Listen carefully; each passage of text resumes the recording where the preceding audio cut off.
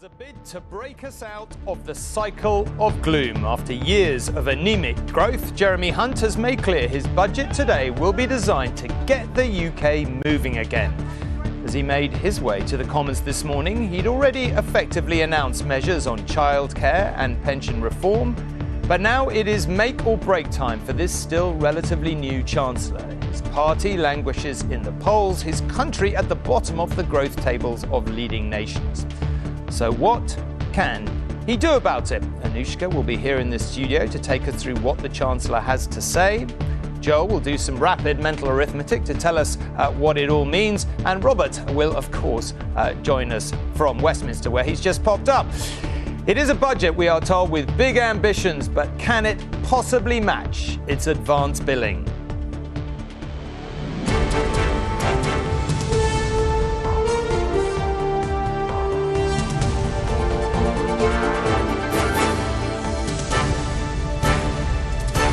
This is ITV News, the Chancellor's Budget Special with Tom Bradby. Good afternoon. The basic truth about today's budget is that we go into it as a nation with many more problems than we'd ideally like. All political parties agree on that. We are living through a cost of living crisis, of course, a fact none of you will need reminding of. And in this, we are no different from the other leading economies of the world. But we have longer-term problems too. Ever since the colossal financial crash of 2007-8, we've had a real problem with growth, which of course means less money coming in and therefore less to spend on public services or tax cuts. The pandemic was another blow, but we've also had Brexit, which so far has not provided the benefits promised, though its supporters insist it is still early days. So in short, today is really, really important. How can we grow faster? The Chancellor believes he has some answers. This is the scene in the Commons. Prime Minister's Questions is well underway, and we will take you there as soon as the Chancellor gets to his feet.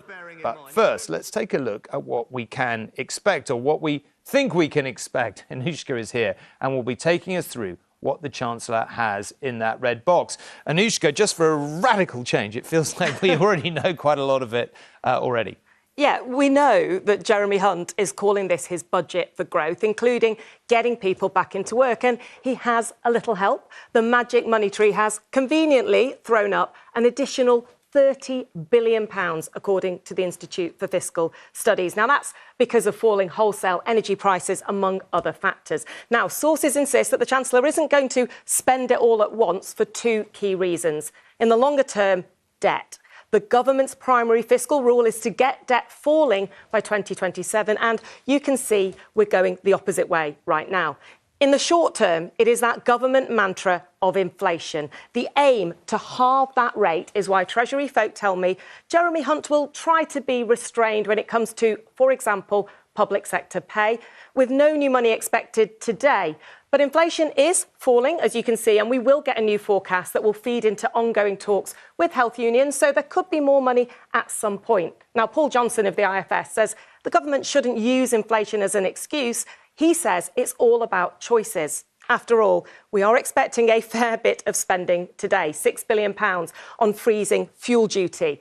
£4 billion on expanding free childcare to 1- and 2-year-olds, keeping the energy price guarantee until June, and a cut to pension tax for the wealthy to try to discourage early retirement. But when it comes to other big tax cuts, the inflation mantra is back. Jeremy Hunt will urge many Tory MPs to be patient and is expected to raise corporation tax from 19% to 25%, but with really big new allowances to boost investment. And then one last bit that could be quite controversial, tougher benefit sanctions to push people back into work. So a budget with some carrot, but plenty of stick. OK, Anushka, let's see. For now, thank you very much indeed. Now, you might wonder, why does so much of a budget get leaked? Well, partly to allow the government to set the narrative, and partly because you have a lot of... You could really argue this is the most consequential political day for all of us in a year. There are many measures the government wants to make sure each of those has their place in the sun, I suppose you would say. But let's go to Robert at Westminster. Robert, how will you be looking at today? What are you looking out for? What do you expect? Well, actually, as you already said, Tom, it is all about Britain's growth prospects, because If we can't grow, then there are not enough tax revenues to fund the public services that we feel we deserve, and living standards can't rise. Now, there is a bit of a following wind compared to where we were in November when it comes to growth. Interest rates are probably rising slightly less around the world than we feared just a few months ago, partly because of that banking crisis in America, and partly because around the world probably the inflation pressures aren't quite as bad as they were. And of course we've seen a significant reduction in energy prices. But there have been forces moving in the other direction, such as people dropping out of the labour force. So there are again slightly better figures on that announced yesterday. But as I say, I do expect this Chancellor to frame his budget all about measures to boost growth, and there are essentially two buckets of measures. One is about encouraging businesses to invest. The most important thing in that area will be what are known as 100% capital allowances, and that allows companies, if they invest in plant and machinery and possibly in other things as well, to reduce their taxable revenue by that amount, which means they pay less tax. That's really important at a time when the corporation tax is going up from 19% to 25%. And then there's a whole series of measures to try and get people back into work, and as Anushka has already said, the most eye-catching and expensive of those is the £4 billion he's allocating to giving 30 hours of free childcare to parents with kids of 9 months to 2 years old. OK, Robert, thank you very much indeed. Well, of course, that childcare announcement for many people, for many of you watching at home, may be very, very consequential indeed. We'll wait and see in the budget itself whether there are other equally consequential measures. Joel, can I just ask you to, obviously we have a budget every year, the public finance picture has changed, the growth picture hasn't always changed that much. What are you looking for today? Well, I think there are two issues, Tom. Big picture and then the micro today. I mean, as Anushka was setting out, we're expecting a series of announcements. The Chancellor's going to be spending billions of pounds. The question is, where is he getting the money from? Is he going to be raising it elsewhere, cutting spending elsewhere? Is this simply down to an improvement in the public finances? We know, don't we, that back in November, the OBR, the Office of Budget Responsibility, the government's own forecaster, said there was going to be a recession. Well, hasn't happened yet, but economists still expect the economy to contract here in the UK this year. We've seen inflation come down. It's expected to fall further and really quite rapidly, but it remains very, very high. Millions of people, Tom, in this country really do need support, and it's probably going to be the end of the year before they start to feel better off again. So we're going to be looking at all of that, how the outlook for the economy has changed. But the big picture here, which you alluded to, is that for so long, really, for at least 15 years, our prospects have looked poorer. The performance of the UK economy has been really, really weak. Now, all advanced economies since the financial crisis in 2007, 2008 have really struggled for growth. But the UK since 2016 has looked like a little bit of an outlier. We've gone from being one of the top performing G7 countries to one of the weakest. That's what the Chancellor wants to fix today. OK, that is the big question. We'll have plenty more from Joel and Robert and Anushka as we analyse what the Chancellor says. And of course, we'll have the budget itself. It's just a matter of minutes away. You can see them there at Prime Minister's questions in the comments. So do come back after this very short break.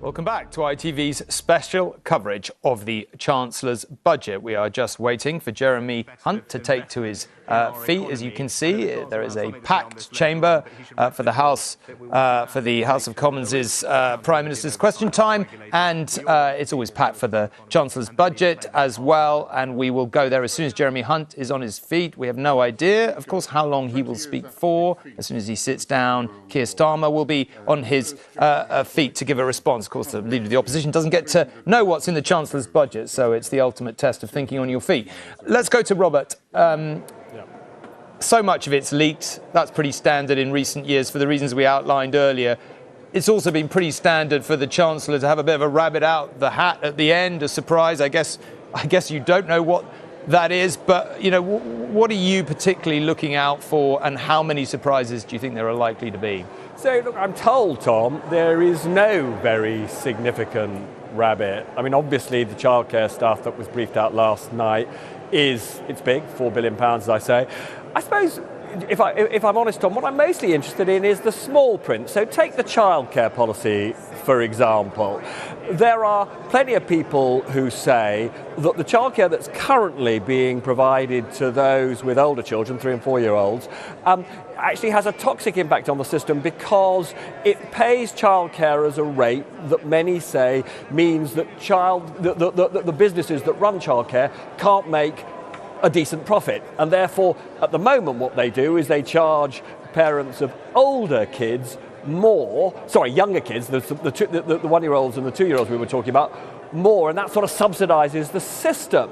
So there are some people who are saying, well, if they simply pay carers at the rate that they're currently paying them, a load of businesses will just go to the wall. So one of the things we want to know is what rate will the government mandate for paying child carers? The other issue around all of this is, where are these child carers? You talk to any parent, they say they just aren't enough of them around. So one of the things that the Chancellor hopes is that this policy will be seen by the Office for Budget Responsibility as bringing people back into the workforce and accelerating the growth rate, but that won't happen if there aren't child carers to provide the childcare. So there's all sorts of detail of that sort that is absolutely vital. Then there's a whole swathe of things that he's announcing on universal credit, designed to, again, persuade more people to get back into the workforce.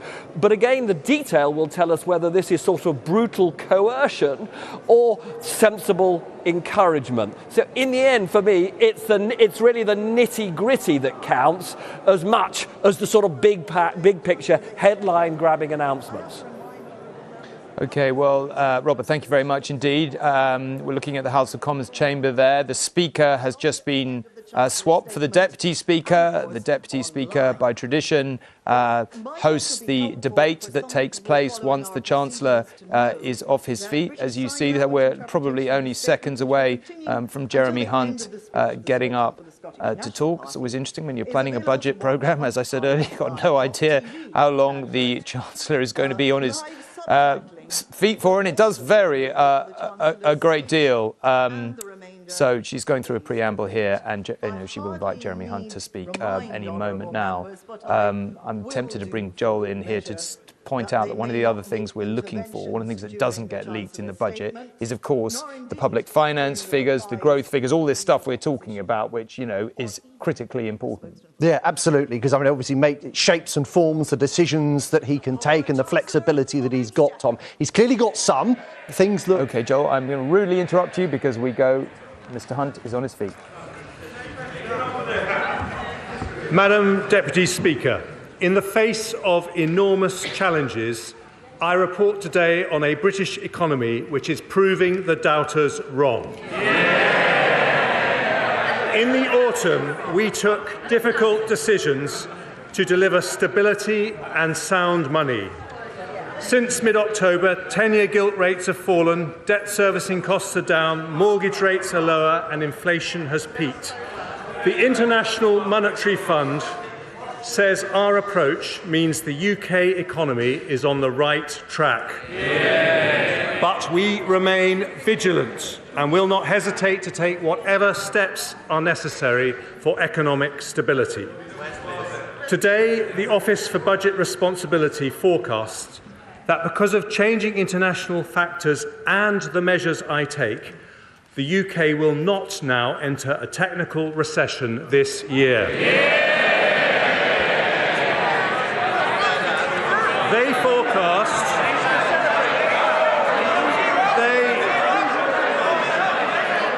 forecast we will meet the Prime Minister's priorities to halve inflation, reduce debt and get the economy growing. We are following the plan and the plan is working. But that's not all we've done. In the face of a cost of living crisis, we have demonstrated our values by protecting struggling families with a £2,500 energy price guarantee, one-off support and the uprating of benefits with inflation. Taken together, these measures are worth £94 billion over this year and next, one of the largest support packages in Europe. That averages, Madam Deputy Speaker, over £3,300 of cost of living help for every household in the country. Today, we deliver the next part of our plan, a budget for growth. Not just the growth that comes when you emerge from a downturn, but long-term, sustainable, healthy growth that pays for our NHS and schools, finds jobs for young people and provides a safety net for older people, all whilst making our country one of the most prosperous in the world. Prosperity with a purpose, and that is why growth is one of the Prime Minister's 5 priorities for our country. I deliver that today by removing obstacles that stop businesses investing, by tackling labour shortages that stop them recruiting, by breaking down barriers that stop people working, and by harnessing British ingenuity to make us a science and technology superpower. I start with the forecasts produced by Richard Hughes and his team at the Independent Office for Budget Responsibility, who I thank for their diligent work. They have looked in detail at the Prime Minister's economic priorities. The first of those is to halve inflation. Inflation destroys the value of hard-earned pay, deters investment and foments industrial strife. This government remains steadfast in its support for the Independent Monetary Policy Committee at the Bank of England as it takes action to return inflation to the 2% target. Despite continuing global instability, the OBR report today that inflation in the UK will fall from 10.7% in the final quarter of last year to 2.9% by the end of 2023. That is more than halving inflation. High inflation, Madam Deputy Speaker, is the root cause of the strikes we've seen in recent months. We will continue to work hard to settle those disputes, but only in a way that does not fuel inflation. Part of the fall in inflation predicted by the OBR happens because of additional measures I take today. Firstly, I recognise that even though wholesale energy prices have been falling, there is still enormous pressure on family finances. Some people remain in real distress, and we should always stand ready to help when we can. So after listening to representations from Martin Lewis and other experts, I today confirm that the energy price guarantee will remain at £2,500 for the next 3 months. This means the £2,500 cap for the typical household will remain in place when energy prices remain high ahead of an expected fall in prices from July. This measure will save the average family a further £160 on top of the energy support measures already announced. The second measure concerns over 4 million households on prepayment meters. They're often the poorest households, but they currently pay more than comparable customers on direct debit. Ofgem has already agreed with suppliers a temporary suspension to forced installations of prepayment meters, but today I go further and confirm we will bring their charges in line with comparable direct debit charges. Under a Conservative government, the energy premium paid by our poorest customers, our poorest households, is coming to an end. Next, I have listened to representations from the honourable members for East Devon, North Cornwall, Colne Valley and Central Suffolk and North Ipswich about the risk to community facilities, especially swimming pools, caused by high costs. When times are tough, such facilities matter even more.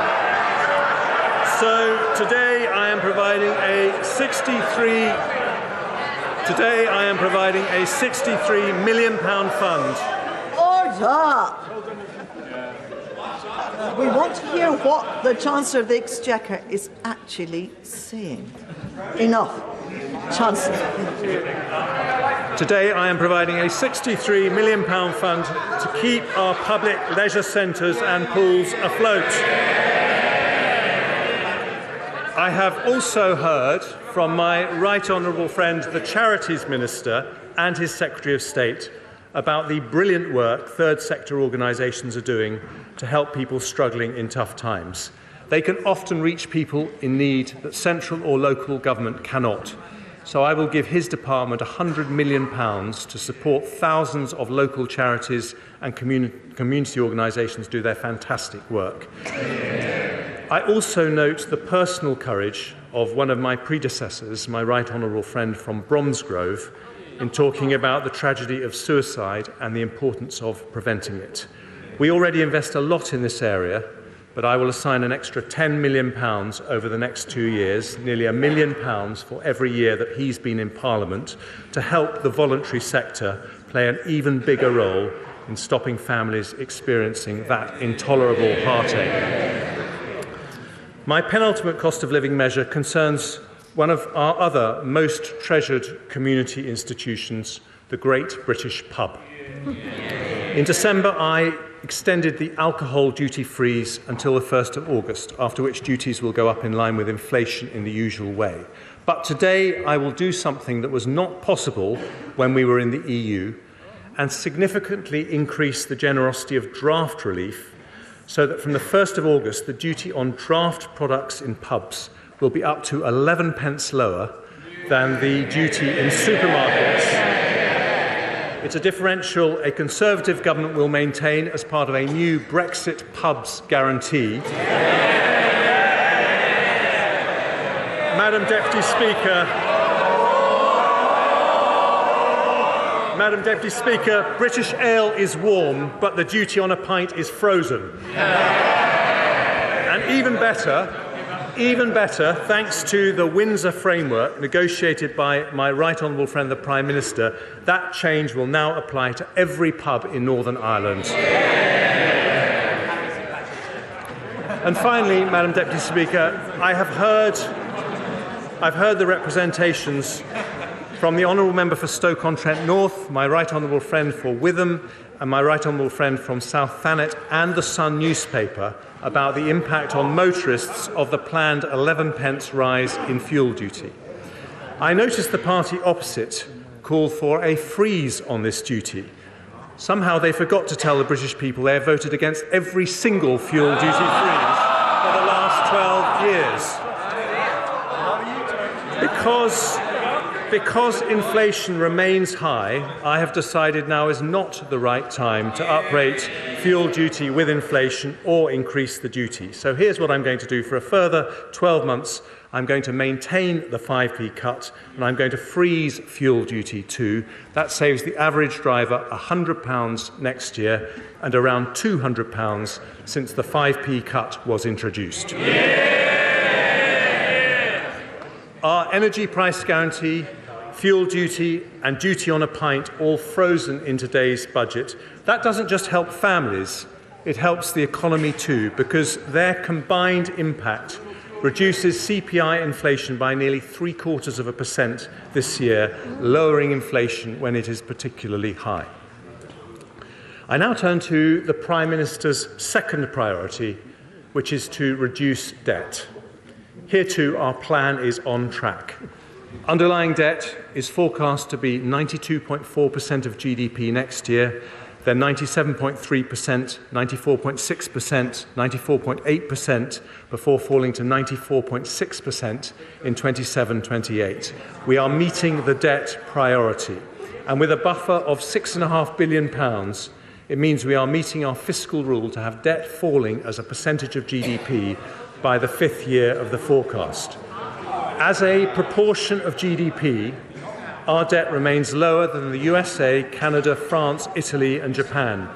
And because of the decisions I take today and the improved outlook for public finances, underlying debt in 5 years' time is now forecast to be nearly 3 percentage points of GDP lower than it was in the autumn. That means more money for our public services and a lower burden for future generations, deeply held conservative values which we put into practice today. At the autumn statement, I also announced that public sector net borrowing must be below 3% of GDP over the same period. The OBR confirmed today that we're meeting that rule with a buffer of £39.2 billion. In fact, our deficit falls in every single year of the forecast, with borrowing falling from 5.1% of GDP in 23-24 to 3.2% to 2.8% to 2.2% and 1.7% in 27-28. Even better, in the final 2 years of the forecast, our current budget is in surplus, meaning we only borrow for investment and not for day-to-day spending. Day-to-day departmental spending will grow at 1% a year on average in real terms after 24-25 until the end of the forecast period. Capital plans are maintained at the same level set at the autumn statement. We will uprate tobacco duty and we will freeze the gross gaming duty yield bands. We're also maintaining the starting rate for savings and ISA subscription limits, and we'll bring forward a range of measures to tackle promoters of tax avoidance schemes. Madam Deputy Speaker, taken together, today's measures lead to a slightly lower overall tax burden for the rest of the Parliament compared to the OBR's autumn forecast. Other parties run out of money, but a Conservative government is reducing borrowing and improving our public finances.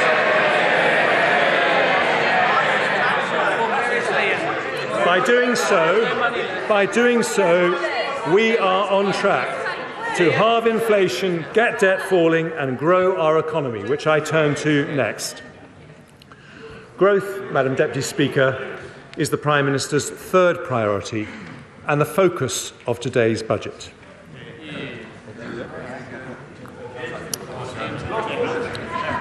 "13 years ago, we inherited an economy that had crashed. But since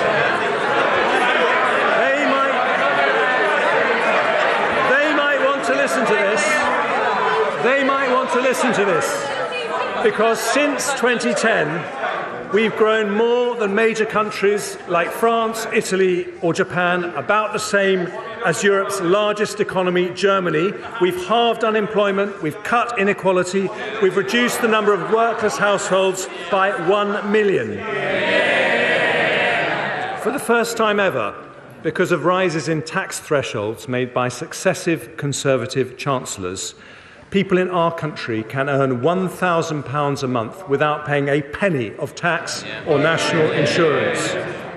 The party opposite opposed those tax reductions, but they have helped lift 2 million people out of absolute poverty after housing costs, including 400,000 pensioners and 500,000 children. That averages 80 pensioners and 100 children lifted out of poverty for every single day we've been in office. And today we face the future with extraordinary potential. The World Bank said that of all big European countries, we are the best place to do business. Global chief executives say that apart from America and China, we are the best country to invest in. We became the second country in the world to have a stock of foreign direct investment worth $2 trillion. And London has just pipped New York and 53 other global cities to be the best place in the world for female entrepreneurs. Declinists are wrong about our country for another reason, which is our strength in new industries that will shape this century. Over the last 13 years, under Conservative leadership, we have become the world's third trillion-dollar tech economy after the US and China. We've built the largest life sciences sector in Europe, producing a COVID vaccine that saved 6 million lives and a treatment that saved 1 million more.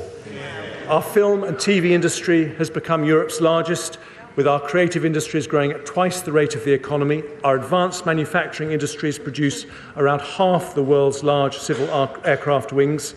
And thanks to a clean energy miracle, we have become a world leader in offshore wind. Yeah. Other parties talk about a green energy revolution. So I gently remind them that nearly 90% of our solar power was installed in the last 13 years, showing it's the Conservatives who fix the roof when the sun is shining.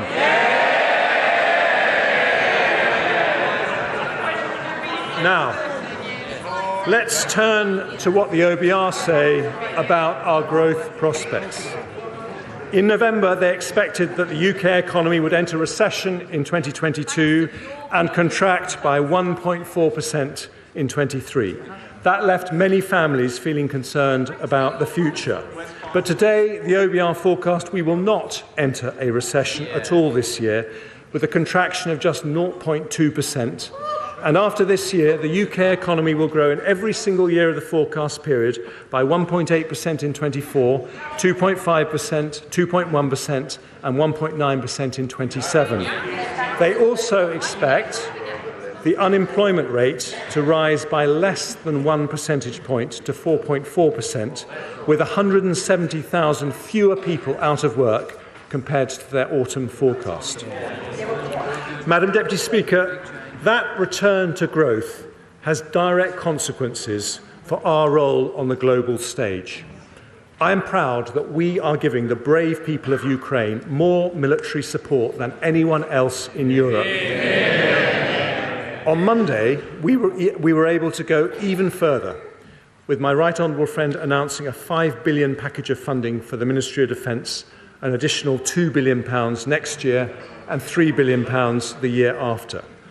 Today, following representations from our persuasive Defence Secretary, I confirm that we will add a total of £11 billion to our defence budget over the next 5 years, and it will be nearly 2.25% of GDP by 2025. We were the first large European country to commit to 2% of GDP for defence, and we will now raise that to 2.5%. As soon as fiscal and economic circumstances allow. And following representations from the equally persuasive Minister for Veterans Affairs, I am today also increasing support for our brave ex-servicemen and women. We will provide a package worth over £30 million to increase the capacity of the Office for Veterans Affairs, support veterans with injuries returning from their service, and increase the availability of veteran housing. But to be Europe's biggest defender of democracy, we must build Europe's most dynamic economy. That means tackling our long-standing productivity issues, including two in particular which I address today: lower business investment and higher economic inactivity than other countries. Too often, companies struggle to recruit, and even when they do, output per employee is lower. So today I set out the 4 pillars of our industrial strategy to address these issues. Colleagues will know from my Bloomberg speech, they all conveniently start with the letter E: enterprise, employment, education and everywhere. I start, Madam Deputy Speaker, with everywhere. Our measures, well, they may not want to level up growth across the United Kingdom, but we do. This government was elected on a mandate to level up. We have already allocated nearly £4 billion in over 200 projects across the country through the first 2 rounds of the Levelling Up Fund. A third round will follow. Since we started focusing on levelling up, 70% of the growth in salaried jobs has come from outside London and the South East. And today we take further steps. Canary Wharf and the Liverpool Docks were 2 outstanding regeneration projects that happened under a previous Conservative government. I pay tribute to Lord Heseltine for making them happen because they transformed the lives of thousands of people. They showed what's possible when entrepreneurs, government and local communities come together. So today I announce that we will deliver 12 new investment zones, 12 potential Canary Wharfs. In England, we've identified the following areas as having the potential to host one: West Midlands, Greater Manchester, the North East, South Yorkshire, West Yorkshire, East Midlands, Teesside and once again Liverpool. There will also be at least one in each of Scotland, Wales and Northern Ireland. To be chosen, each area must identify a location where they can offer a bold and imaginative partnership between local government and a university or research institute in a way that catalyses new innovation clusters. If the application is successful, they'll have access to £80 million of support for a range of interventions including skills, infrastructure, tax reliefs and business rates retention. Working together with our formidable Levelling Up Secretary, I also want to give some further support to levelling up areas under the E of everywhere. First, I will invest over £200 million in high-quality local regeneration projects across England, including the regeneration of Tipton Town Centre and the Marsden New Mills redevelopment scheme. I'm also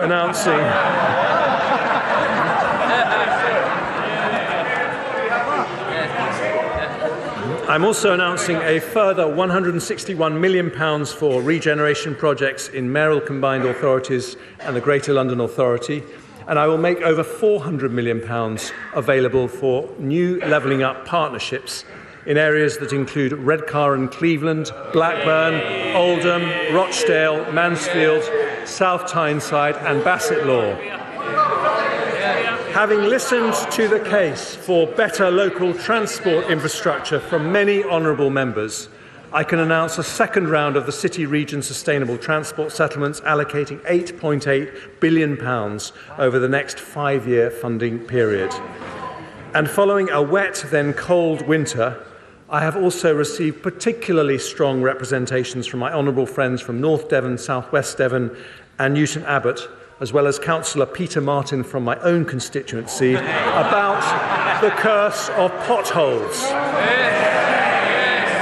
The spending review allocated £500 million every year to the Potholes Fund, but today I have decided to increase that fund by a further £200 million next year to help local communities tackle this problem. For Scotland, Wales and Northern Ireland, this budget delivers not only a new investment zone, but an additional £320 million for the Scottish Government, £180 million for the Welsh Government, and £130 million for the Northern Ireland Executive as a result of Barnett's consequentials. On top of which in Scotland I can announce up to £8.6 million of targeted funding for the Edinburgh Festivals, as well as £1.5 million funding to repair the Clodagh Bridge. I will provide £20 million of funding for the Welsh Government to restore the Holyhead Breakwater, and in Northern Ireland I'm allocating up to £3 million to extend the Tackling Paramilitarism programme and up to £40 million to extend further and higher education participation. But, Madam Deputy Speaker, for levelling up to truly succeed, we need to unleash the civic entrepreneurship that's only possible when elected local leaders are able to fund and deliver solutions to their own challenges. That means giving them responsibility for local economic growth and the benefit from the upside when it happens. So this government will consult on transferring responsibilities for local economic development from local enterprise partnerships to local authorities from April 24. I will also boost mayors' financial autonomy by agreeing multi-year single settlements for the West Midlands and Greater Combined Manchester Authority in the next spending review, something I intend to roll out for all mayoral areas over time. I've also agreed a new long-term commitment so that they can retain 100% of their business rates, something I also hope to expand to other areas. investment zones, regeneration projects, levelling up partnerships, local transport infrastructure and business rates retention, more control for local communities over their economic destiny, so we will level up wealth and opportunity everywhere. Today's priority is the Prime Minister's promise to grow the economy. We've talked about making that growth happen everywhere, so I now move on to my second E, enterprise. We need to be, well, this has never been something of interest to the Labour Party, but for Conservatives, we won't rest until we are Europe's most dynamic enterprise economy. And under a Conservative government, that is exactly what's been happening. Since 2010, we have 1 million more businesses in the UK, a bigger increase than Germany, France or Italy. But I want another million and another million after that. So today I bring forward enterprise measures in these three areas to lower business taxes, reduce energy costs and support our growth industries. So let's start with business taxation. Conservatives know the importance of a competitive tax regime. We already have lower levels of business taxation than France, Germany, Italy or Japan. But I want us to have the most pro-business, pro-enterprise tax regime anywhere. Even after the corporation tax rise this April, we will have the lowest headline rate in the G7, lower than any period under the last Labour government. Only 10% of companies will pay the full 25% rate. But even at 19%, our corporation tax did not incentivise investment as effectively as countries with higher headline rates. The result is less capital investment and lower productivity than countries like France and Germany. We've already taken measures to address this. For larger business, we've had the super deduction, introduced by my right honourable friend, the Prime Minister, which ends this month. For smaller businesses, we've increased the annual investment allowance to £1 million, meaning 99% of all businesses can deduct the full value of all their investment from that year's taxable profits. If the super deduction was allowed to end without a replacement, we would have fallen down the international league tables on tax competitiveness and damaged growth. As a Conservative, I could not allow that to happen. So today I can announce we will introduce a new policy of full capital expensing for the next 3 years, with an intention to make it permanent as soon as we can responsibly do so. That means that every single pound a company invests in IT equipment, plant or machinery can be deducted in full and immediately from taxable profits. It is a corporation tax cut worth an average of £9 billion a year for every year that it's in place. And its impact on the economy will be huge. The OBR says it will increase in business investment by 3% for every year it's in place. This decision makes us the only major European country with full expensing and gives us the joint most generous capital allowance regime of any advanced economy. Madam Deputy Speaker, I understand the party opposite is reviewing business taxes. Let me save them the bother. They put them up, we cut them.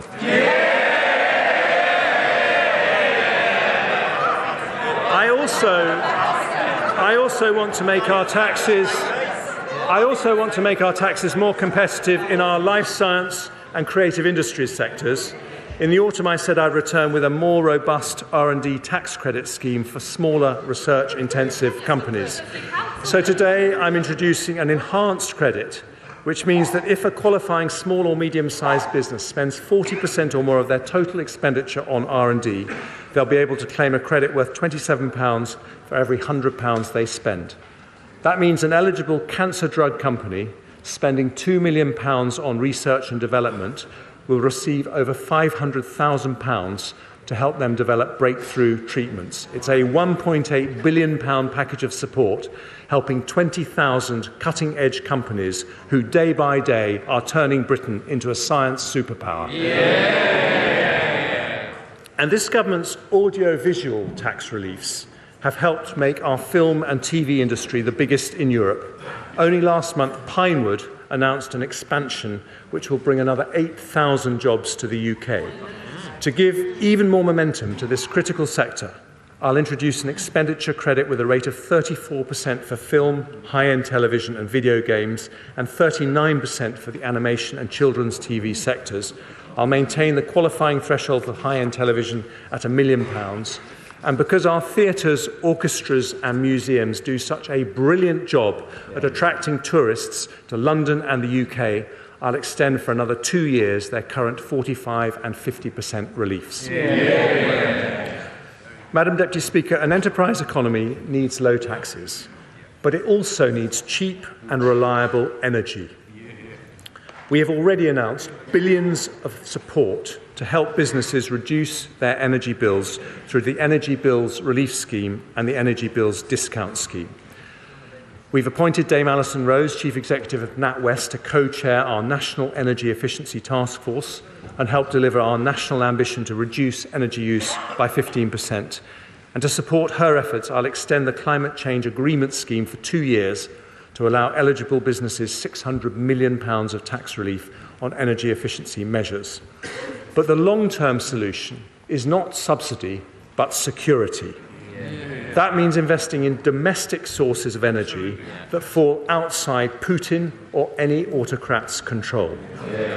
We are world leaders in renewable energy, so today I want to develop another plank of our green economy, carbon capture, usage and storage. I'm allocating up to £20 billion of support for the early development of CCUS, starting with projects from our East Coast to Merseyside to North Wales, paving the way for CCUS everywhere across the UK as we approach 2050.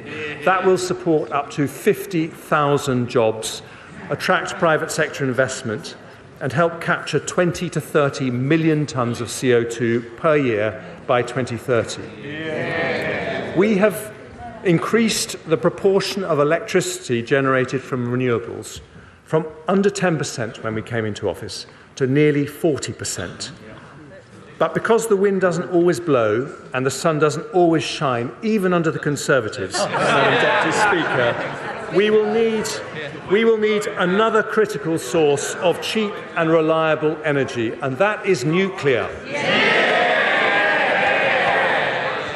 Now, there have been no more powerful advocates for this than the Honourable Member for Innismon, Copeland, Hartlepool and Workington.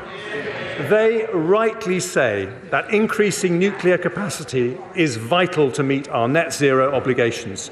So to encourage private sector investment into our nuclear programme, I today confirm that, subject to consultation, nuclear power will be classed as environmentally sustainable in our green taxonomy.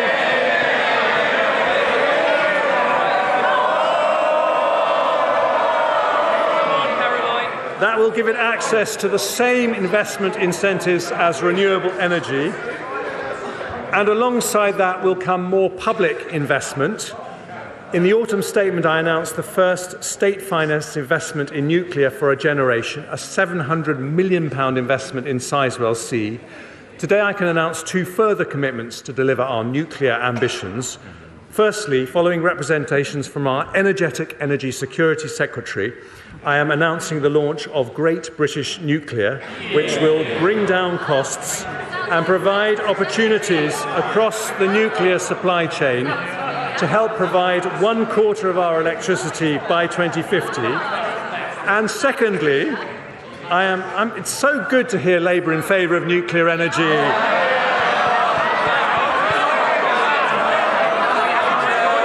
Just a shame they never did any. And secondly, I'm launching the first competition for small modular reactors. It will be completed by the end of this year, and if demonstrated as viable, we will co-fund this exciting new technology. Finally, under the E of enterprise, Madam Deputy Speaker, I come to our innovation economy, a central area of national competitive advantage for the United Kingdom. Over the weekend, I worked night and day with the Prime Minister and the Governor of Bank of England to protect the deposits of thousands of our most cutting-edge companies. We successfully secured the sale of the UK arm of Silicon Valley Bank to HSBC, so the future of those companies is now safe in the hands of Europe's biggest and one of its most creditworthy banks. But those events show that we need to build a larger, more diverse financing system where the benefits of investment in high-growth firms are available to more investors. So I will return in the autumn statement with a plan to deliver that. It will include measures to unlock productive investment from defined contribution pension funds and other sources, make the London Stock Exchange a more attractive place to list, and complete our response to the challenges created by the US Inflation Reduction Act. However, when it comes to our innovation industries, there are two areas I want to make progress on today. Nigel Lawson made the City of London one of the world's top financial centres by competitive deregulation. With our Brexit autonomy, we can do the same for our high-growth sectors. So today I want to reform the regulations around medicines and medical technologies. We are lucky with the MHRA to have one of the most respected drugs regulators in the world, indeed the very first anywhere to license a COVID vaccine. From 2024, they will move to a different model, which will allow rapid, often near automatic sign-off for medicines and technologies already approved by trusted regulators in other parts of the world, such as the United States, Europe, and Japan. At the same time, they will set up a swift new approval process for the most cutting-edge medicines and devices to ensure the UK becomes a global centre for their development. And with an extra £10 million of funding over the next 2 years, they will put in place the quickest, simplest regulatory approval in the world for companies seeking rapid market access. We are proud of the life science sector, which received more inward investment than any in Europe last year. Today's change will make the UK an even more exciting place to invest, using our Brexit freedoms and speeding up access for NHS patients to the very newest drugs. Today, with our talented Science, Innovation and Technology Secretary, I also take measures to strengthen our position in artificial intelligence, where the UK hosts 1/3 of all European companies. I'm accepting all 9 of the digital technology recommendations made by Sir Patrick Vallance in the review I asked him to do in the autumn statement. That means I can report to the House that we will launch an AI sandbox to trial new, faster approaches to help innovators get cutting-edge products to market. We'll work at pace with the Intellectual Property Office to provide clarity on IP rules so that generative AI companies can access the material they need. And we'll ask Sir Patrick's successor, Dame Angela McLean, to report before the summer on options around the growth duty for regulators. Because AI needs computing horsepower, I today commit around £900 million of funding to implement the recommendations of the Independent Future of Compute Review for an exascale computer. The power needed by AI's complex algorithms can also be provided by quantum computing. So today we'll publish a quantum strategy which will set out our vision to be a world-leading quantum-enabled economy by 2033 with a research and innovation programme totalling £2.5 billion. I also want to encourage the best AI research to happen in the UK, so we'll award a prize of £1 million every year for the next 10 years to the person or team that does the most groundbreaking British AI research. The world's first stored program computer was built at the University of Manchester in 1948 and was known as the Manchester Baby. 75 years on, the baby has grown up, so I will call this new National AI Award the Manchester Prize in its honour. Madam Deputy Speaker, we want the UK to be the best place in Europe for companies to locate, invest and grow. So today's enterprise measures strengthen our technology and life science sectors, invest in energy security and for 3 years, but I hope permanently, cut corporation tax by £9 billion a year to give us the best investment incentives of any advanced economy. An enterprise economy can only grow if it can hire the people it needs, which brings me to my third pillar after everywhere and enterprise. I said it was a growth budget, Madam Deputy Speaker, and we are talking about the E of employment. I'm going to talk about a difficult topic for the party opposite now, because Brexit was a decision by the British people to change our economic model. In that historic vote, our country decided to move from a model based on unlimited low-skill migration to one based on high wages and high skills. Today, we show how we will deliver that with a major set of reforms. The OBR say it is the biggest positive supply-side intervention they have ever recognised in their forecast. We have around 1 million vacancies in the economy, but excluding students, there are over 7 million adults of working age who are not in work. That's a potential pool of 7 people for every vacancy. Conservatives believe work is a virtue. We agree with the road haulage king Eddie Stobart, who said the only place success comes before work is the dictionary. So today I bring forward reforms to remove the barriers that stop people who want to from working. And I start with over 2 million people who are inactive due to a disability or long-term sickness. Thanks to the reforms courageously introduced by the Right Honourable Member for Chingford and Woodford Green, the number of disabled people in work has risen by 2 million since 2013. But even after that, we could fill half the vacancies in the economy with people who say they would like to work despite being inactive due to sickness or disability, with Zoom, Teams and new working models that make it easier to work from home. This is possible now more than ever. So for that reason, the ever-diligent Work and Pensions Secretary today takes the next step in his groundbreaking work on tackling economic inactivity. I thank him for that, and today we publish a white paper on disability benefits reform. It is the biggest change to our welfare system in a decade.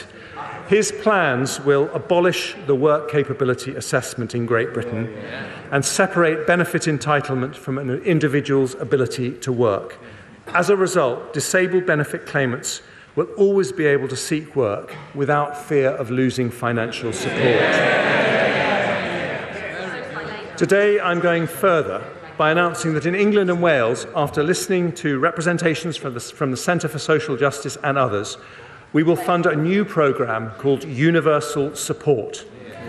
This is a new voluntary employment scheme for disabled people, where the government will spend up to £4,000 a person to help them find appropriate jobs and put in place the support they need. It will fund 50,000 places every single year.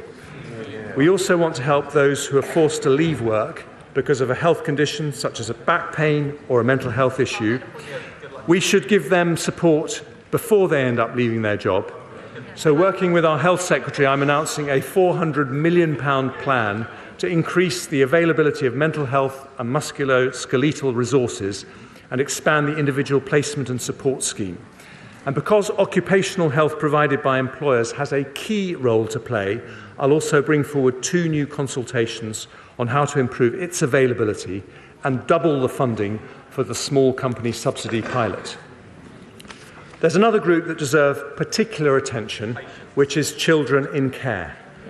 They too should be given all possible help to make a normal working life possible when they reach adulthood. Often they depend on foster families who do a brilliant job. So today I'm nearly doubling the qualifying care relief threshold to £18,140, which will give a tax cut to a qualifying carer worth an average of £450 a year. I'll also increase the funding we provide to the Staying Close programme by 50% to help more care leavers into employment, and I'll support young people with special educational needs and disabilities with a 3 million pilot expansion of the Department for Education supported internship programme to help those people transition from education into the workplace. Madam Deputy Speaker, no civilised society can ignore the contribution that can be made by those with challenging family circumstances, a long-term illness or a disability. So today we remove the barriers we can with reforms that strengthen our society as well as strengthening our economy. The next set of employment reforms affects those on universal credit without a health condition who are looking for work or on low earnings. There are more than 2 million job seekers in this group, more than enough to fill every vacancy in the economy. Independence is always better than dependence, which is why a Conservative government believes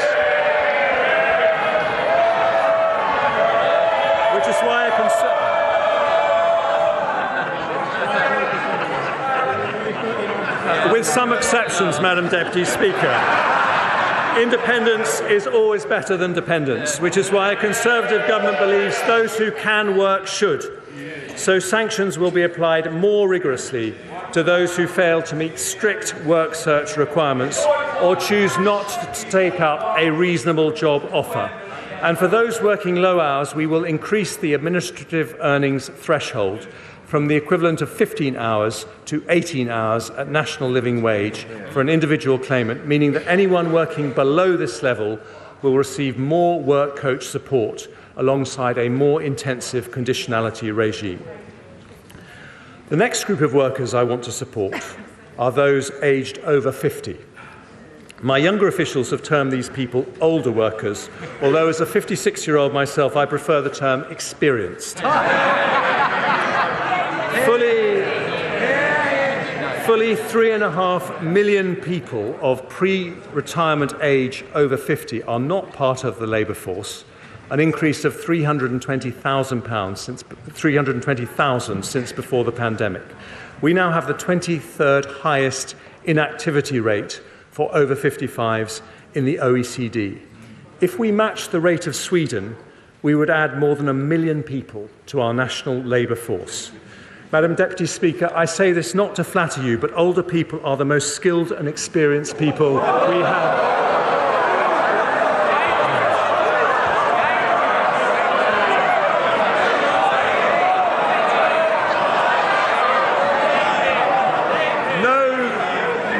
No country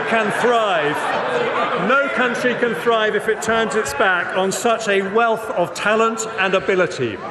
But for too many, turning 50 is a moment of anxiety about the cliff edge of retirement, rather than a moment of anticipation about another 2 decades of fulfilment. I know this, Madam Deputy Speaker, myself.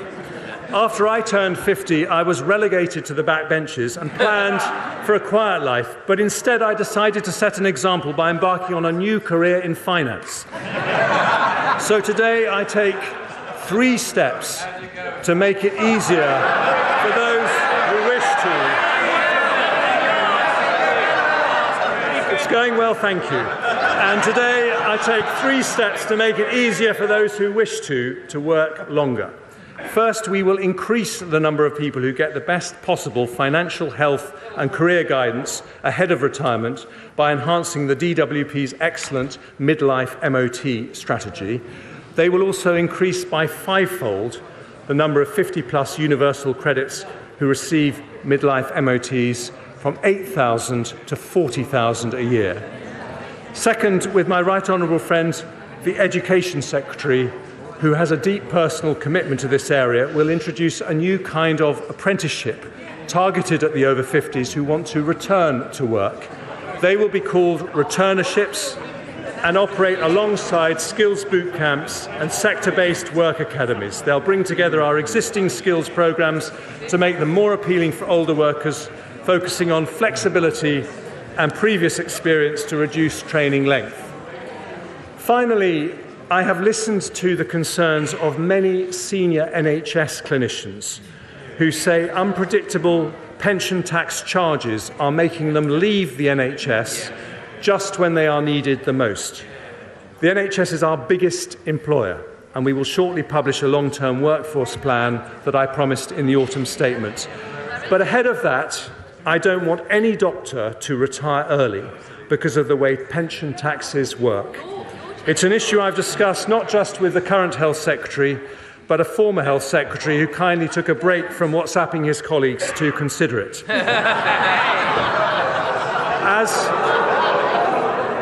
As Chancellor, I have realised the issue goes wider than doctors. No one should be pushed out of the workforce for tax reasons. So today I will increase the pension's annual tax-free allowance by 50%, from 40,000 to 60,000. Some have also asked me to increase the lifetime allowance from its £1 million limit. But I've decided not to do that. Instead, I will go further and abolish the lifetime allowance altogether.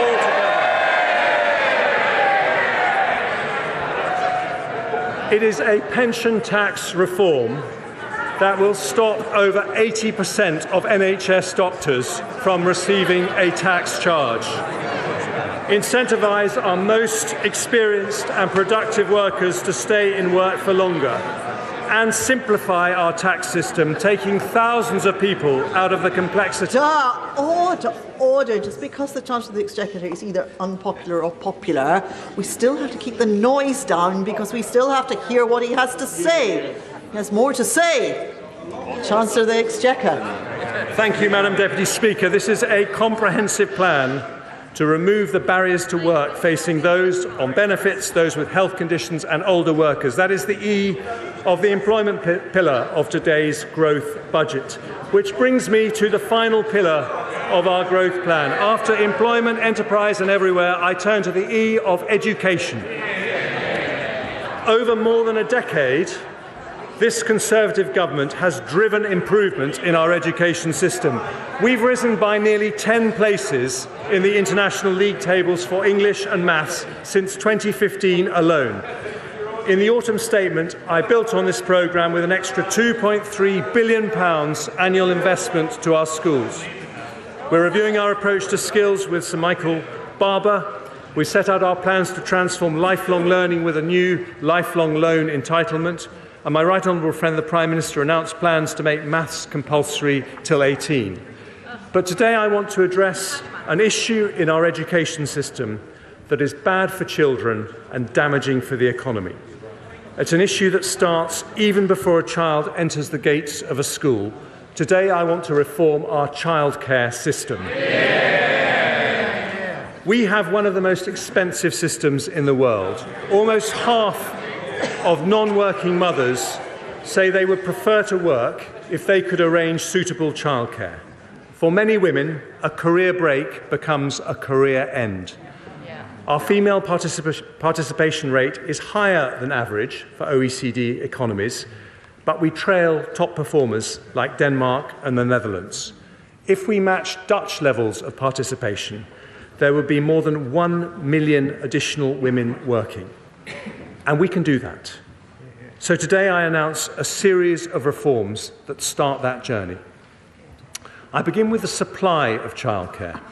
We've seen a significant decline in childminders over recent years, down 9% in England in just 1 year. But childminders are a vital way to deliver affordable and flexible care, and we need more of them. So I've listened to representations from my honourable friend from Stroud. And decided to address this by piloting incentive payments of £600 for childminders who sign up to the profession, rising to £1,200 for those who join through an agency. I've also heard many concerns about cost pressures facing the sector. We know this is making it hard to hire staff and raising prices for parents, with around 2/3 of childcare providers increasing fees last year alone.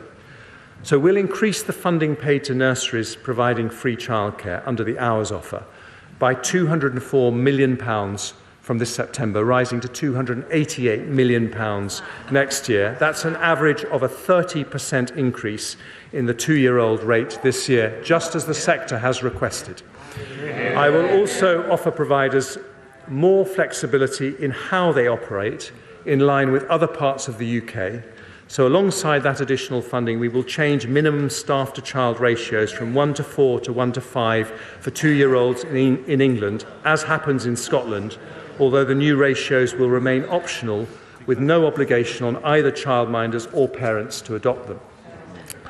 I want to help the 700,000 parents on universal credit who, until the reforms I announced today, had limited requirements to look for work. Many remain out of work because they cannot afford the upfront payment necessary to access subsidised childcare. So for any parents who are moving into work or want to increase their hours, we will pay the childcare costs up front. And we will increase the maximum they can claim to £951 for one child and £1,630 for 2 children, an increase of almost 50%. I turn now to parents of school-age children who often face barriers to working because of the limited availability of wraparound care. 1/3 of primary schools do not offer childcare at both ends of the school day, even though for many people a job requires it to be available before and after school. To address this, we'll fund schools and local authorities to increase the supply of wraparound care so all school-age parents can drop their children off between 8 a.m. and 6 p.m. And our ambition is that all schools will start to offer a full wraparound offer, either on their own or in partnership with other schools, by September 2026. Madam Deputy Speaker, today's childcare reforms will increase the availability of childcare, reduce costs and increase the number of parents able to use it. Taken together with earlier Conservative reforms, they amount to the most significant improvements to childcare provision in a decade. But if we really want to remove the barriers to work, we need to go further for parents who have a child under 3. For them, childcare remains just too expensive. In 2010, there was barely any free childcare for under 5s. A Conservative-led government changed that with free childcare for 3 and 4-year-olds in England. It was a landmark reform, but not a complete one. I don't want any parent with a child under 5 to be prevented from working if they want to, because it's damaging to our economy and unfair mainly to women.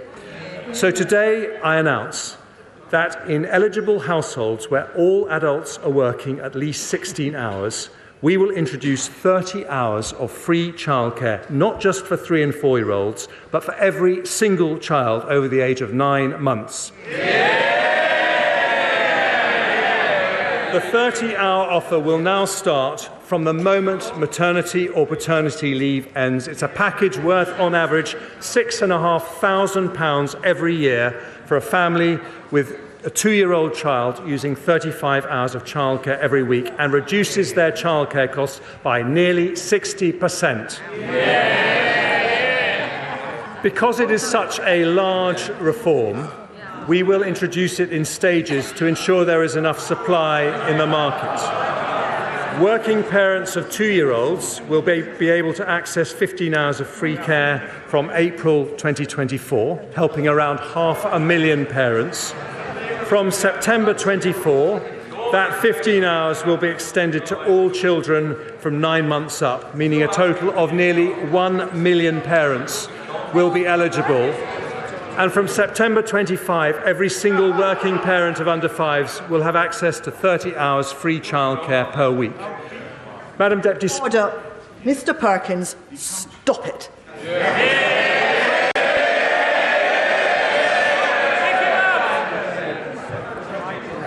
Madam Deputy Speaker, today we complete a landmark Conservative reform. We help the economy, transform the lives of thousands of women and build a childcare system comparable to the best. A major early years reform for our education system, the E of education alongside the 3 other pillars of our growth plan, enterprise, employment and everywhere. So, Madam Deputy Speaker, in November we delivered stability. Today it's growth. We tackle the 2 biggest barriers that stop businesses growing: investment incentives and labour supply. The best investment incentives in Europe, the biggest ever employment package, for disabled people more help, for older people barriers removed, for families feeling the pinch, fuel duty frozen, beer duty cut, energy bills capped, and for parents 30 hours of free childcare for all under fives. Today, we build for the future, with inflation down, debt falling and growth up. The declinists are wrong and the optimists are right. We stick to the plan because the plan is working, and I commend this statement to the House. OK, the plan is working, the Chancellor says. An absolutely packed statement, clearly being rewarded by his MPs there. We're just waiting for the Leader of the Opposition, of course, has not had sight of the Chancellor's statement, has to really think on his feet here. Chancellor making a reference to the Deputy Speaker's age. That wasn't terribly popular, one suspects, in the chamber. A few digs at the likes of Matt Hancock, but basically a packed speech, which we will come on to assess in just a moment once we've heard what the Leader of the Opposition has to say in response to it. But in essence, the Chancellor is saying, look, the plan is working, the declinists are wrong, lots and lots of news out of it, inflation plummeting, that's very good news. Avoiding a technical recession, also very good news for all of us, but growth weakening after that in the latter part of the period. Forecast, which is potentially a problem, which we can discuss with Robert and Joel, but massive measures, big childcare measures, although that's going to be phased in. That may not be hugely popular for those who've been led to expect it was going to be immediate. Freezing the fuel duty, that's 6 billion quid, massive tax breaks for business, 11 billion quid of that, some changes we didn't expect, and an enormous, a truly colossal tax break to the highest earners, increasing the amount you can save tax-free every year and abolishing the limit to the lifetime allowance. That's going to be a huge story as well. We didn't expect that. We thought they were going to raise the limit of the lifetime allowance, but in fact he's abolished it. So that is a surprise and quite a big development in the round. Other thing to mention, just as we come out of it, spending looks very, very tight after the election in forecast terms. What that means in reality, given that we already know that it's going to rise a lot in terms of childcare costs and defence, everything else is going to be very, very tight. So I think that's going to be a big talking point as we go through today and in future days, because I think we're looking at spending of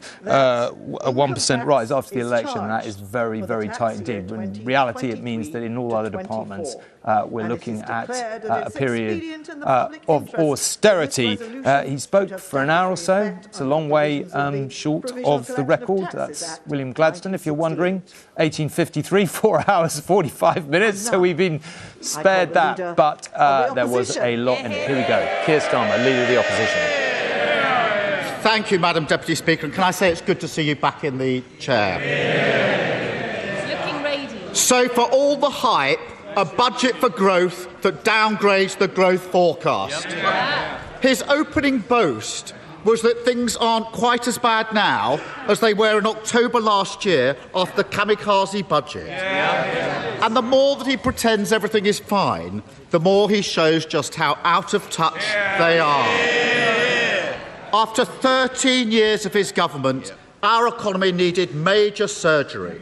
But like millions across our country, this budget leaves us stuck in the waiting room with only a sticking plaster to hand. A country set on a path of managed decline, falling behind our competitors, the sick man of Europe once again. This was a day for ambition, for bringing us together with purpose and intent, for unlocking the pride that is in every community, matching their belief in the possibilities of the future. But, Madam Deputy Speaker, after today, we know the Tory cupboard is as bare as the salad aisle in our supermarket. The lettuces may be out, but the turnips are in. A hopelessly divided party caught between a rock of decline and a hard place of their own economic recklessness, dressing up stagnation as stability as their expiry date looms ever closer. And the figures published today spell it out. A year of stagnation, growth non-existent. According to the IMF, the worst performing country in the G7 this year. A prediction today confirmed by the OBR, and growth downgraded in years to come. This is a failure you can measure not just in the figures, but in the empty pockets of working people right across the country. 13 years without wage growth. 13 years no better off. 13 years stuck in a doom loop of lower growth, higher taxes and broken public services. Madam Speaker, our OBR makes clear today things don't look any better in the long run. No. A broken labour market holding back our prospects. 7 million on the NHS waiting lists. Ill health and disability on the rise. And the consequences, as we've just heard, deferred to the future. The classic short-term sticking plaster cycle.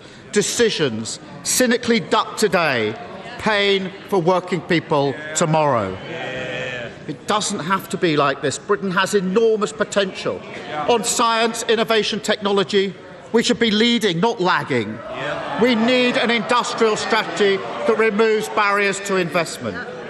And the announcements today are nowhere near the mark. The lowest investment in the G7. That's their record. All our competitors know this. They're gearing up for an almighty race for the opportunities of tomorrow. And we've got to be on the start line, not back in the changing room, tying our laces. Now, he mentioned the war in Ukraine. And of course, on this side of the House, we stand with Ukraine and we stand with the government's response to Putin's brutality. OK, the leader of the opposition there saying lettuces are out, turnips are in, proving that his jokes are every bit as bad as the Chancellor's. More substantially, though, focusing in on the relatively anemic growth projections, still a big talking point. We will take a quick break. When we come back, Anushka will take us through the key points and explain what it all means, and we'll get more analysis from Joel and Robert on everything we've just heard. We'll see you in just a few moments.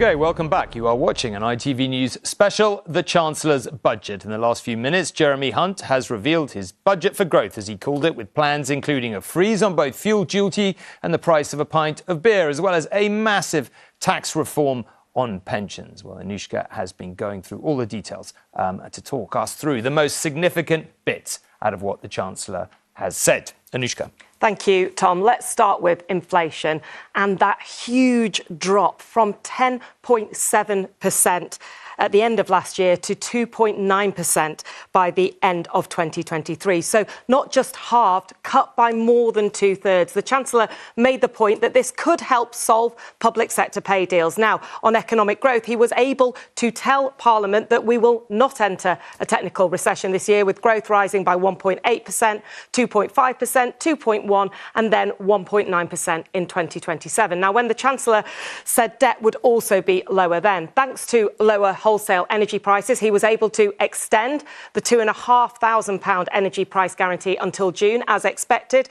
There was also that big push on getting people back into work, including raising the annual tax-free allowance on pensions to £60,000. But as you heard, he totally abolished the lifetime allowance. That is a lot of money for wealthy older people, and some debate over whether it will mean people do work for longer. We also had that big childcare package, including new ratios and 30 free hours extending to children over 9 months. There was also a big drive to get more disabled people back into work, which could be controversial, and tougher benefit sanctions. People working up to 18 hours will get more support, but will also face losing benefits if they don't look for extra work. That is up from 15 hours. That could hit single parents. On business, corporation tax not mentioned, so going up as predicted, but full expensing, allowing businesses to claw back 100% on investments into things like IT and machineries. And then duties. Fuel duty frozen for a year, with last year's 5% cut kept in place. And then what he called the Brexit pubs guarantee. Hunt said that leaving the EU had let him increase draft relief, so duties on a beer in the pub can be up to 11p less than in supermarkets. He said he was freezing duties on a pint, but sadly not on a glass of wine. OK, Anushka, thanks very much. Joel, let's come to you. So many talking points. What are you most focused on? Well, I mean, I think the big picture here is that the OBR has taken a very positive view, actually, of the changing fortunes of the economy. They think the downturn will be shorter and shallower. The prediction of a recession, Tom, has gone. In the medium term, from 2025 onwards, they think, the growth is going to be hovering around 2% a year. We take that even in normal times.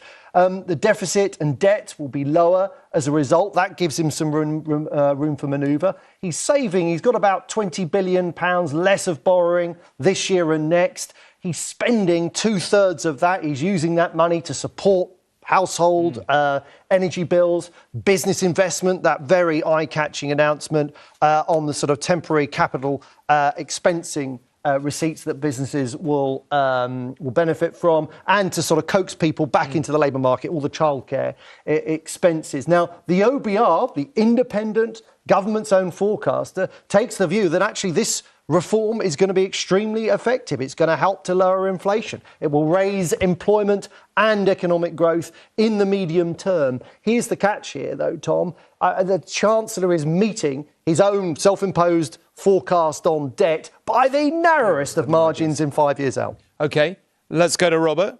Robert, your conclusion after everything you've heard. So this is undoubtedly an ambitious programme to try and get the growth rate of the economy up. We haven't seen ever such sweeping reforms and incentives to get more people into work. And just on that one point, this represents a massive cultural shift by the Tory party over the last 25 years. If you remember, 25 years ago, it was all about support for families and encouraging women in particular to stay at home. Now the presumption of this Tory government is everybody should work, including big incentives to try and get more disabled people to work. And just finally on Joel's point about how difficult it is for the government potentially to meet those fiscal targets, which they meet by the narrowest of margins.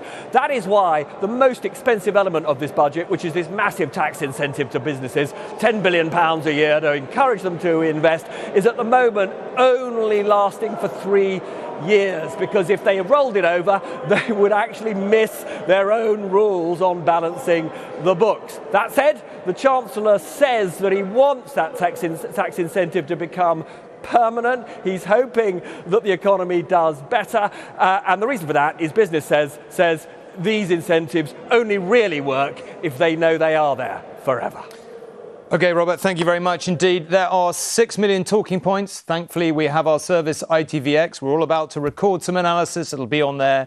Do come and watch and catch up in later programmes. But for now, thank you very much for being with us. See you later on.